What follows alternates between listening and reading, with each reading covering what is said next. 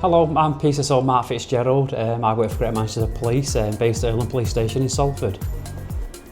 So Mark, great to see you. When did your career start with Greater Manchester Police? Nearly 24 years ago now, back in 2003, where I was the first PCSO for Greater Manchester Police and probably one of the first for the UK, because back in 2003 that's when the role was introduced, and I saw an advert back in the day before we had technology, mobile phones and what have you, when it was in the evening news, Manchester Evening News, and there's a big article advertising for community police, and I thought, oh, that sounds interesting, I'll give it a whirl, and that was another 24 years ago and I got the job.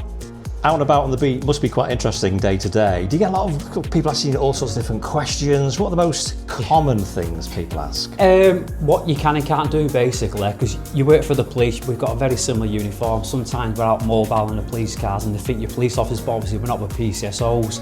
We can't arrest people, but we can detain people. We're out there, we're being seen at the end of the day. That's what the public want. They want a uniform presence on the street, mainly on foot patrol, because that way you're engaging. We deal with a range of things, abandoned vehicles, neighbour disputes. One of the biggest things we deal with, antisocial behaviour, general kids being a nuisance in the high street.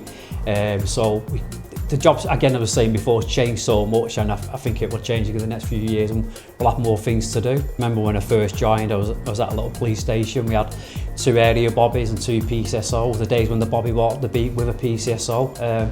A lot more community engagement. It's changed so much now, the fact that we wear body armour. Back when I joined, we didn't wear body armour, and I remember the females wearing skirts and had a little handbag. So it's changed so much in 24 years. Even the workload, we do a lot more admin, a lot more crimes. There's a lot more to do now than there was when I first joined 23 years ago, but we're still here doing a good job.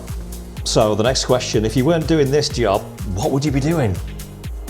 Since I was at school, since I was a little boy, I always wanted to be a bus driver. My dad was a bus conductor back in the days when you had conductors at the back of the bus for Salford City Transport, and as a little boy I was always fascinated with these big vehicles, and I just got into buses. So if I wasn't doing the role as a PCSO, I'd probably be doing something with the buses. I used to work on the buses and I saw this advertising for community police and I thought, oh, I'll give that a whirl. So yeah, I'd probably be driving buses around Greater Manchester for the B network.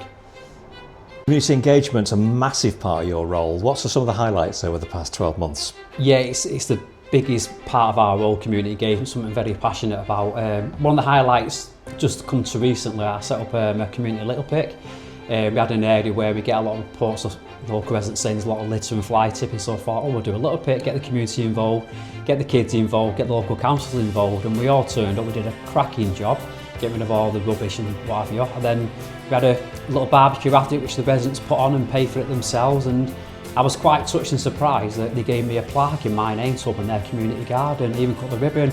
I found that quite touching. I'm not normally one stuck for words to say, but when they gave me that plaque with my collar number on my name, I was really touched by that, very heartwarming. So you're obviously involved with the Morning of Memories.